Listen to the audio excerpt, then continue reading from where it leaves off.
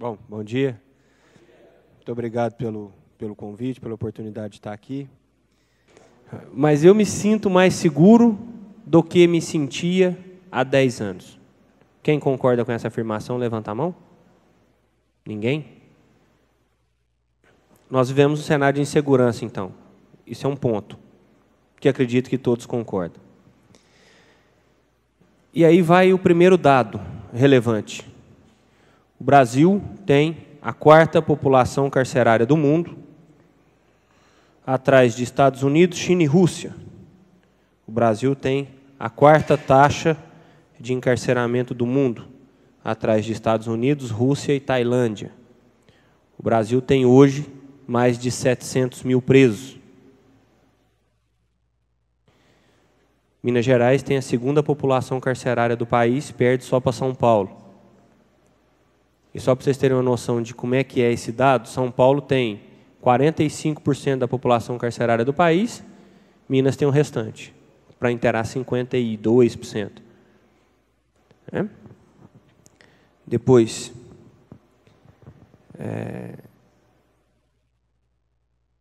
nunca se prendeu tanto no Brasil. Então, nós tivemos um aumento de 1995 até 2014 da ordem de 570% na taxa de encarceramento. Então, o Brasil prendeu quase 6 vezes mais de 1995 até 2014, e mesmo assim, todos os senhores disseram de forma unânime que não se sentem mais seguros hoje do que há 10 anos. Veja que eu busquei 10 anos, eu não busquei nem o começo da pesquisa há 20 anos. Mais alguns dados em relação ao sistema carcerário. 75% da população carcerária tem até 34 anos. 67% é negra, 53% não completou o ensino fundamental. Então, quando a gente ouve falar que o Brasil prende preto, pobre e puto, é verdade. Com todo respeito, sem nenhuma discriminação. Isso é um dado que está disponível no site do Ministério da Justiça para quem quiser ver. A gente continua prendendo muito e mal. Mal no sentido não de prender a pessoa que não deve ser presa. Nós temos que trabalhar com mais inteligência no momento da prisão. Mas a partir do momento que essa pessoa está presa, o que a gente faz com ela? Hoje em dia, muito pouco. Quase nada. Todo mundo já ouviu falar da audiência de custódia. Isso aí renderia um outro café para explicar para vocês que a audiência de custódia não é nada do que a imprensa fala que a audiência de custódia é. Mas só para vocês entenderem um dado, e é sempre bom a gente trabalhar com dado, 40% dos 700 mil presos do Brasil são provisórios. E o que é preso provisório? E por que esse dado é importante? Porque tem a ver com o objeto principal do que nós vamos falar aqui hoje, que é reincidência e ressocialização. 40% dos presos são provisórios, que ainda não têm uma sentença condenatória, que foram presos e estão aguardando o julgamento. Desses 40%, 80% não vão ficar presos depois da sentença.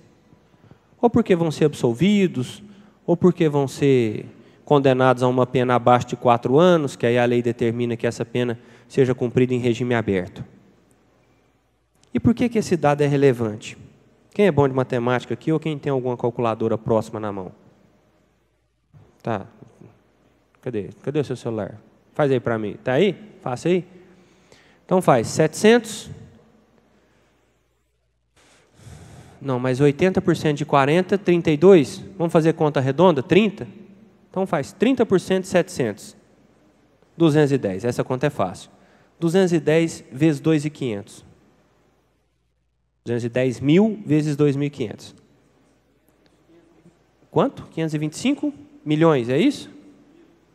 Não. 210 mil vezes 2.500 são 525 milhões. Esse é o número que custa os presos provisórios para o Estado brasileiro. Cada preso custa R$ 2.500 para o Estado, em média. Tem Estado que custa mais, tem Estado que custa menos, tem penitenciária que custa mais, tem penitenciária que custa menos. Então, quando você deixa a pessoa presa um mês, então você deixa 210 mil pessoas presas um mês, elas custam 525 milhões para o Estado brasileiro. Quando você deixa essa pessoa presa 2 meses, ela custa 1 bilhão. Esses 210 mil. E sabe qual que é a média que essa turma fica presa esperando sair?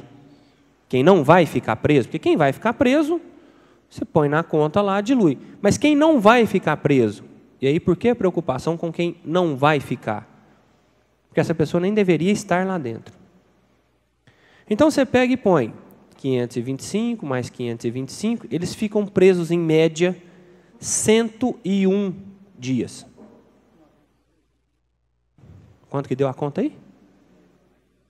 Mais de 1,5 bilhão de reais. O sistema punitivo, e aí no sistema punitivo nós colocamos as polícias, colocamos o Ministério Público e colocamos o Judiciário. Todo mundo. Nós também temos culpa, os juízes têm culpa. E digo mais, a culpa principal é nossa. Porque quem faz o último juízo de valor sobre a prisão é o juiz. A polícia faz o primeiro e tem que fazer o primeiro. O primeiro tem que ser o mais largo possível. Então eu costumo brincar, na dúvida leva. Porque para mim é muito cômodo. Eu vejo a pessoa algemada, presa. O policial não tem o benefício da dúvida não é dele, o benefício da dúvida é meu. O policial está no confronto, ele está no enfrentamento. Ele não tem direito de pensar. Na dúvida, ele leva. E não está errado. Tá? Não está errado. Então, esse custo fica na cabeça da gente. E aí a gente volta para dizer, o que a gente faz com essa pessoa que está lá dentro? Hoje em dia, quase nada. E às vezes vocês ficaram preocupados, dizendo assim, pô, mas 700 mil, quantas pessoas cabe no sistema? 500 e... Meu celular ficou onde? Está aqui no meu bolso. Está aí, 500 e... Eu fiz questão de pegar o último levantamento do Sistema Penitenciário Nacional. São 376.669 vagas. Em 2014, a população era de 607 mil. Eu lhe asseguro que hoje tem mais de 700 mil. Só que o número de vagas não aumentou. E se aumentou, aumentou muito pouco. Então, vamos trabalhar 700 mil e 400 mil. Então, nós temos um déficit hoje, com quem já está preso, com as vagas do sistema de 300 mil. E nós temos mais 300 mil mandados de prisão em aberto. Então, se a gente prender todo mundo, nós vamos ter 1 milhão de pessoas presas, para onde cabe 400 mil. Que não tem como construir mais presídio, que não tem como construir mais penitenciária, e que a violência aumenta. Ninguém se sente mais seguro hoje do que há 10 anos. E o que nós vamos fazer? Nós temos que trabalhar uma forma diferente do que essa que nós trabalhamos até hoje. Essa que nós trabalhamos até hoje não funcionou. E como fazer isso? Não preciso dizer que nós temos que trabalhar com as crianças, investir em educação, cultura, lazer, para que essa criança não seja levada ao mundo do crime, para que ela possa ter oportunidades diferentes do que ela já teve. E aí muitos de nós estamos aqui hoje e não estamos em um caminho diferente, porque tivemos oportunidades que as outras pessoas podem não ter tido, ou podem ter tido a oportunidade e não souberam aproveitar. São duas formas. Mas o que não pode faltar é a oportunidade. E aí a pessoa escolhe o caminho que ela quer seguir. Se ela quer seguir o caminho do bem ou se ela quer seguir o caminho do crime.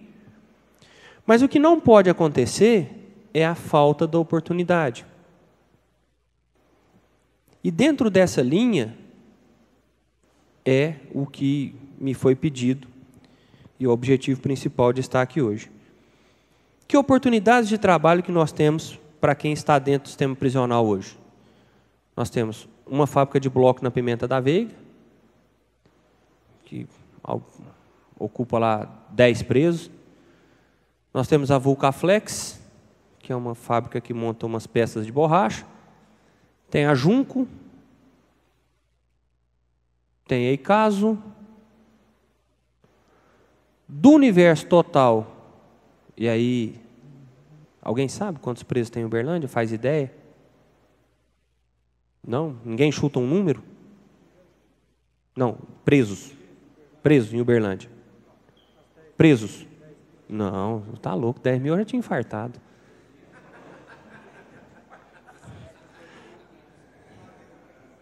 Tô bem. 2 mil, 10 mil, 2.500, 3 mil. 3 mil. O número varia muito próximo disso. Ele passa um pouco, diminui um pouco. Jaci com 80% desse número, 70%, e a Pimenta com 30%. Desse universo total de 3 mil presos, com trabalho externo, nós devemos ter, em empresas parceiras, nós devemos ter no máximo, que esse número também é variável, 100 pessoas, no máximo, com empresas parceiras, de 3 mil. E aí você pergunta, por que não tem? Porque ninguém procura a gente. Nós já procuramos muitas vezes as pessoas na intenção de capacitar o funcionário. Eu inclusive brinco, eu falo, você escolhe quem que você quer. Não, mas está desse jeito. Eu falei, gente é o que não falta lá. E ninguém procura, por conta do danado do preconceito.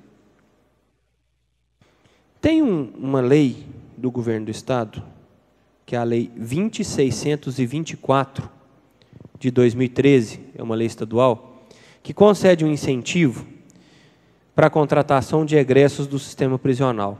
Ela dá 2 salários mínimos por mês, por preso, durante 24 meses, para a empresa que contratar o funcionário. E, além disso, quando você faz um convênio com a unidade prisional, há outras formas de incentivar essa contratação. Por exemplo, os encargos sociais são reduzidos ou quase nulos. Então, quem trabalha com a construção civil, mão de obra altamente comprometida, que vai trabalhar todo dia, porque se ela não trabalhar, ela volta. Você pode ter certeza que ele não vai chegar bêbado para trabalhar, porque ele sai e volta. E se você quiser buscar ele lá na porta e entregar na porta também, a gente acha melhor. Pessoal altamente capacitado e que está lá pelos mais diferentes motivos, homicídio, roubo, furto, estupro, basicamente tráfico de drogas e crimes patrimoniais, tráfico, roubo e furto. 90% da nossa população hoje é isso, 10% espalha aí pelos outros crimes, e altamente motivada para o trabalho. Vocês vão me perguntar, mesmo com esse incentivo aqui, não tem interessados? Não. Primeiro que o governo não está pagando o incentivo, então não vou mentir para vocês. Tá? Mas aí está o meu amigo Adriano aqui, que pode falar. Se consta da lei, você faz o cadastro, contrata o funcionário, está lá na lei, o governo aprovou o seu cadastro, você constitui o crédito com ele, tá certo? Se você preencheu o cadastro, fez, está lá o crédito. Você pode usar esse crédito para quê? Para pagar imposto. Você não tem que pagar o ICMS. Você tem um crédito com o governo. Você entra com um requerimento de compensação tributária, fala, senhor governo, o senhor aprovou o meu cadastro. Eu não estou querendo que o senhor me pague os 2 salários mínimos por mês. Não. Eu contratei o egresso nos termos da Lei 20.624, contratei 100 egressos, então eu tenho direito a 200 salários mínimos por mês. Eu tenho que te pagar 180 salários mínimos por mês de ICMS, o senhor fica me devendo só 20. E você vai criando esse crédito em relação ao governo. Então, você não pode pensar, às vezes, só em colocar os 2 no bolso. Todo mundo deve para o governo e todo mundo deve para o governo. E aí, governo, agora falando de maneira mais ampla, todo mundo deve para o governo 5 meses por ano. Então, nós começamos a ganhar dinheiro há poucos dias, 2 meses. Porque até maio você trabalha para pagar todos os impostos da sua vida.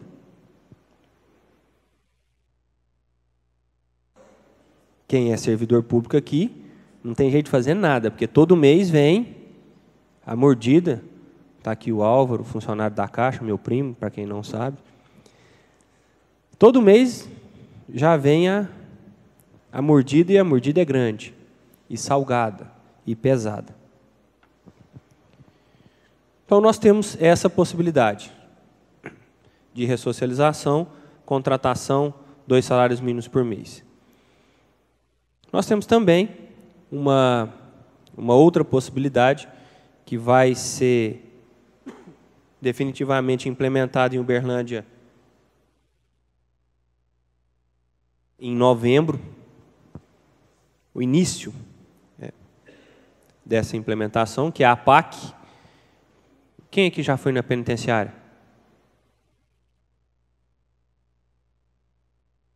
Tá. Para frente da penitenciária estão fazendo a APAC. Você passa a penitenciária do mesmo lado, do lado esquerdo. A APAC está bem adiantada. E qual que é a vantagem da APAC? E aí já caminhando para o fim, que eu tenho mais 3 minutos. A grande vantagem da APAC é que ela tem um trabalho diferente em relação ao presídio. Os índices da APAC em relação à reincidência, e aí o que é reincidência? É aquela pessoa que entra no sistema, sai e volta. Esse é o reincidente. Nesse sistema, que tem 700 mil presos, 400 mil vagas, ao custo de 2.500 por mês, esse índice ele é próximo de 70%. Então, de cada 10 pessoas que a gente prende e solta, 7 voltam. Está errado. A gente prende, piora e solta. Ao custo de 2.500 por mês. Média de 100 dias, 1,5 bilhão. A PAC, índice de reincidência, 28%. Média. Então, de cada 10, 3. Ao custo de R$ 800 por mês. No tratamento humano, de você tratar a pessoa que está em cumprimento de pena como pessoa. É simples a regra, é só essa. Não tem agente penitenciário. Quem toma conta de todo o sistema são os próprios presos. Desde a porta de entrada do estabelecimento prisional até a porta de cada cela, porta do refeitório, alimentação, limpeza, tudo são eles que fazem. Você envolve a pessoa dentro do processo e diz para ela, você vai definir o que você quer ser daqui para frente. E funciona. 70 para 28, diferença razoável, né? Então, Uberlândia vai ter a APAC. E a APAC, ela tem espaço disponível para parcerias. Construção de barracão, montagem de linha industrial. E aí, quando a gente fala montagem de linha industrial, você pensa em alguma coisa muito grande. Pode ser marcenaria, carpintaria, oficina mecânica, lanternagem, pintura, qualquer coisa que ofereça a essa pessoa uma oportunidade de trabalho. Qualquer tipo de trabalho já vai melhorar esse atual quadro caótico que nós temos. E com uma grande vantagem, não paga aluguel, que a área é do Estado, o Estado não exige o pagamento de aluguel, exige só que a contratação seja de mão de obra exclusivamente prisional. Diante do tempo que me foi dado, eram essas as considerações que tinha a fazer em relação ao sistema. Fazer um breve esclarecimento para os senhores por qual motivo tem todo esse aparato, uma cautela do Tribunal de Justiça, da Polícia Militar, em relação a um cenário de instabilidade que estamos vivendo em relação às 2 unidades prisionais. Os presos estão parados, não estão saindo para banho de sol, para atendimento médico, nem para atendimento jurídico, nem para escola, para nada. Eles estão ficando o dia inteiro dentro da cela, por opção deles, e isso gera um agravamento do quadro, cria-se uma instabilidade dentro da unidade, e como atualmente eu ocupo o cargo de juiz da execução penal, diante desse quadro de instabilidade dentro do sistema prisional, a gente adota cautelas externas, não há nada concreto, é só, basicamente, uma cautela. Vivemos tempos difíceis e aí Martin Luther King diz que a verdadeira medida de um homem não é como ele se comporta em momentos de conforto e conveniência, mas como ele se mantém em tempos de controvérsia e desafio. Os tempos são difíceis, as oportunidades estão postas. Espero ter atendido o objetivo do meu convite. Agradeço muito a oportunidade de estar aqui com vocês. O café, aquele suquinho ali muito bom. Sempre que precisar, estou à disposição. Muito obrigado, passei 1 minuto do meu tempo. Peço desculpa. Valeu. Aproveitando então, né, a ocasião, nós vamos abrir aqui para 3 perguntas. Quem tiver aí alguma curiosidade, manifeste aí, o Dr. Lourenço vai tentar responder aí. Alguém tem alguma questão? Bom dia, doutor. Por que o governo brasileiro, até hoje, insiste em não privatizar o sistema prisional? Essa é a minha pergunta. Bom, tem algumas questões que são de política pública, mas basicamente porque o governo entende que segurança é atividade fim. E aí ele não privatiza. Tanto que em Minas Gerais nós temos em Ribeirão das Neves um presídio, uma penitenciária que é feita no sistema de parceria público-privada. E também por um aspecto que tem um livro que chama Quem Lucra com as Prisões, é Tara Hervel, que ela vai explicar todo o sistema de aprisionamento americano, onde grande parte do sistema é privatizado. Qual que é a maior população carcerária do mundo? Então tem essa questão, esse impacto, o ganho com o aprisionamento. E aí você poderia criar um grande confronto aí, todo o aparato estatal de punição frente a esse sistema privatizado de cumprimento de pena. Então ele queria que a pessoa ficasse presa mais tempo, e quem ia pagar essa conta? O preso próprio trabalhando lá dentro? O Estado oferece essa oportunidade hoje. É porque não adiantaria privatizar o sistema e você não ter oportunidade de trabalho. Porque aí você iria pagar para oferecer essa oportunidade de trabalho lá dentro. Hoje você não paga nada para oferecer essa oportunidade de trabalho lá dentro, tem a possibilidade de receber e ainda assim não faz. Então, para te responder, primeiro ponto, questão de política pública, opção do governo por entender que a segurança pública é atividade fim, ele não pode privatizar. Segundo, uma questão cultural nossa, que a gente quer que a pessoa que está presa, que ela se exploda, que ela morra lá dentro. Só que hoje ele está contido, amanhã ele estará contigo. Ele sai, um dia ele sai. Resta saber como que ele vai sair. Como que queremos que essa pessoa saia lá de dentro. Eu quero que ela saia melhor do que ela entrou. Infelizmente nós não temos conseguido isso. Então, opção e cultura.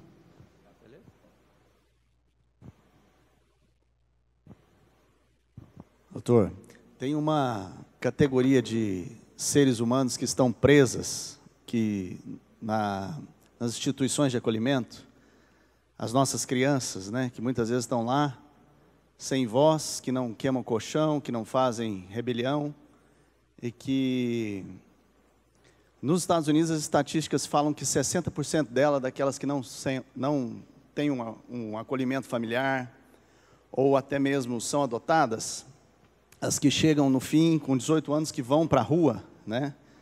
que são as filhas do Estado, os filhos do governo, as estatísticas nos Estados Unidos mostram que 60% delas se tornam bandidos e que vão se tornar clientes desse sistema prisional. Como que o senhor enxerga isso no Brasil? E nós temos estatísticas disso, e é possível, numa teoria economicista muito simples, né, muito mais barato para o Estado prevenir, resolver, do que penalizar depois, né? Eu queria entender e te ouvir assim, do que o senhor conhece desse, se tem alguma coisa sendo feita nesse sentido de prevenção, você conhece alguma coisa no Brasil que tem sido, que funciona bem, alguma coisa nesse sentido? Em relação a dados estatísticos, eu desconheço esse percentual. Mas posso te dizer que ele é alto, porque eu te falei aqui que a maior parte da nossa população carcerária tem até 34 anos. E o censo separa entre 18 e 25, 25 e 34, depois 34 a 40, de 40 a 45. Essa pesquisa do Departamento Penitenciário Nacional ela faz esses cortes etários. Então, você tem grande parte dessa população entre 18 e 34. Então, se ela entrou com 18, você pode fazer uma pesquisa que ela tem um antecedente lá na Vara da Infância e Juventude, lá com o doutor Zé Roberto Poiani. A estrutura do CESEU aqui, em relação à superlotação, falta de condições de trabalho, não difere muito do sistema prisional. Difere só em números, que é menor, mas em questão de falta de condições não difere muito, não. Óbvio que é mais barato você investir em prevenção. É muito mais barato você investir em prevenção, em precauções, em cultura, até porque esse retorno ele não vai se dar só em relação àquela pessoa, né? Vai se dar em relação a... Você pega 1,5 bilhão que você deixa os 210 mil, o que você não consegue? Quantas escolas você não consegue fazer? Quantas quadras de esporte você não consegue fazer com 1,5 bilhão? Só para a gente ter uma ideia, quanto que é o orçamento do município? 2 bilhões e 200. Então, o Brasil gasta a cada 4 meses com as pessoas que estão presas o orçamento da cidade de Uberlândia no ano. Brasil, o Estado brasileiro. Então é só para você entender. A cada 4 meses a gente gasta o que Uberlândia gasta no ano. Para fazer uma conta, é mais barato prevenir, não é? É mais barato melhorar esse cara lá dentro do que deixar ele sair. E aí ele ficou 4 meses, saiu, ficou fora, foi preso de novo, volta lá para dentro, aí ele vai ficar mais um período grande. E aí tem uma pesquisa na página do G1, em relação aqui na nossa página do G1, Triângulo, fazendo uma pesquisa qual a maior preocupação da população de Uberlândia. Né? Disparado em primeiro lugar, segurança, depois saúde, aí depois vem os outros com maior distância. Nunca se prendeu tanto, nunca se gastou tanto em segurança, nunca teve tanta polícia na rua, todo mundo cobra mais juízes e mesmo assim a preocupação é segurança. Estamos fazendo errado. O cachorro está correndo atrás do rabo. Temos que mudar esse cenário. E quem pode mudar esse cenário? Nós. De que forma? Investindo lá atrás, na base, para que você vai diminuindo o número de pessoas que entram no sistema ou que possam ter a oportunidade de não entrar no sistema, e depois, quem já está no sistema, trabalhando para que quando ele saia, ele não retorne. E aí você vai diminuindo essa diferença de 300 mil hoje, para poder cada vez mais ter menos gente presa, mais gente trabalhando, produzindo mais, gerando mais receita, e aí é cíclico o negócio, né? Só a título de informação, né, nós estamos aí em fase de desenvolvimento de uma possível parceria com a Vara de Execuções Penais, onde um projeto apresentado ao custo de 90 mil para se trabalhar 30 crianças que serão assim inseridas em um programa de esporte, que são filhos de egressos do sistema prisional, de modo com que, de alguma forma, isso possa, né, tentar diminuir, fazer com que possa diminuir, no mínimo, aí, esse avanço desses números, tentando prevenir junto com essa criança. Então, você pensa aí, para um ano, Um ano, R$90 mil, 30 crianças sendo assistidas dentro desse programa de esporte. Então, dá para se fazer muito, dá para se fazer bem, né? E, às vezes, com pouca coisa. Basta que tenhamos a iniciativa. Uma pessoa presa custa 30 mil por ano. Você vai gastar para 30 crianças o que você gastaria para 3 pessoas presas. Para 30 crianças. Estatística, né? Com 30 a 90, 3 a 90. A conta é essa. Doutor, o senhor disse que o Uberlândia tem 3 mil presos. 3 mil presos. Para que número de vagas e se a PAC vai melhorar isso? Tá. A PAC ela é para 200 vagas, são 100 no regime fechado, 50... É um pouco mais de 200, aí me falha se é 204, 207, esse número varia. Vão ser 200 na PAC, a Jaci 940, sem contar que a PAC não existe, então vamos trabalhar com o que existe. 940 na Jaci, 407 na Pimenta, então você tem 1.350 vagas. Muita diferença. Mais de 2 por 1. Sendo que na Jaci você tem 2.200, então lá dá mais de 2 por 1, com certeza. 2.2, 2.3, é com essa faixa que a gente trabalha na Jaci, e a Pimenta um pouco menos, porque a Pimenta é menor, por ser penitenciária, ela é menor. Então as celas são menores, a própria estrutura física do prédio é menor, então lá não tem como você colocar muito mais do que tem hoje. Mas no normalmente entra mais do que sai. Com a custódia a gente tem conseguido empatar, quase que empatar esse número. Porque tem o pessoal que está saindo de forma definitiva com a progressão de regime e a custódia tem soltado em média de 43%. Então, de cada 100 pessoas que entrariam e ficariam no sistema, e aí nós temos advogados aqui que falam que a pessoa ficava no sistema mesmo, né? A pessoa ficava no sistema, lá 90 dias, essa pessoa hoje ela entra no sistema, com 2 dias ela está na rua. Ela sairia, de qualquer maneira, só que ela demoraria 90 dias para sair.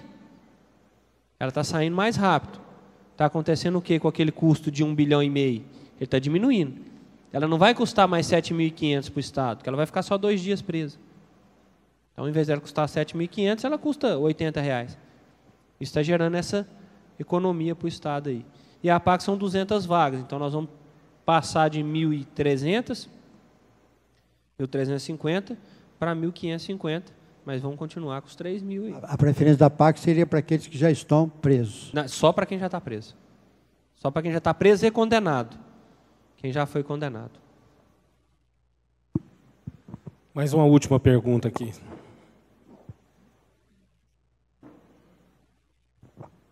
A nossa empresa manteve parceria mais ou menos durante uns 3 anos com o presídio.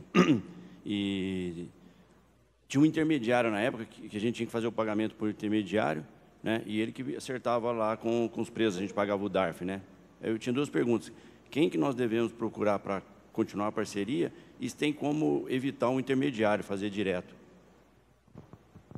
Procurar, você pode procurar o Léo, né? Tá aí.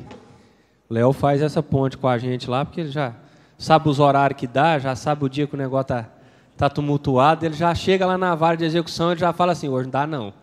Aí ele liga lá, já fala assim com a minha assessora, fala, como é que tá aí? Já vai falar para ele, tá difícil. Tá, que dia que dá para eu ir aí? Aí a gente já agenda lá, já faz, e me causou uma preocupação essa questão do... Também fiquei cabreiro, viu? Um intermediário. Fiquei preocupado com esse negócio aí, porque não tem não. Porque o convênio é firmado entre Secretaria de Defesa Social, a unidade, a empresa unidade prisional que representa a Secretaria de Defesa Social. Esse intermediário aí... Diretor de ressocialização, talvez, só numa ponte mesmo. Ou com a Janaína ou com, né, com a Fabíola lá. Mas aí o Léo faz esse link com a gente lá. Ô, Léo, falando que você é intermediário aqui. Bom, eu quero agradecer ao Dr. Lourenço, que é uma canequinha de presente dos nossos preletores. Muito obrigado pela essa oportunidade. Obrigado. Muita gente foi chegando aqui, aí a hora que viu o aparato ali, continuou reto.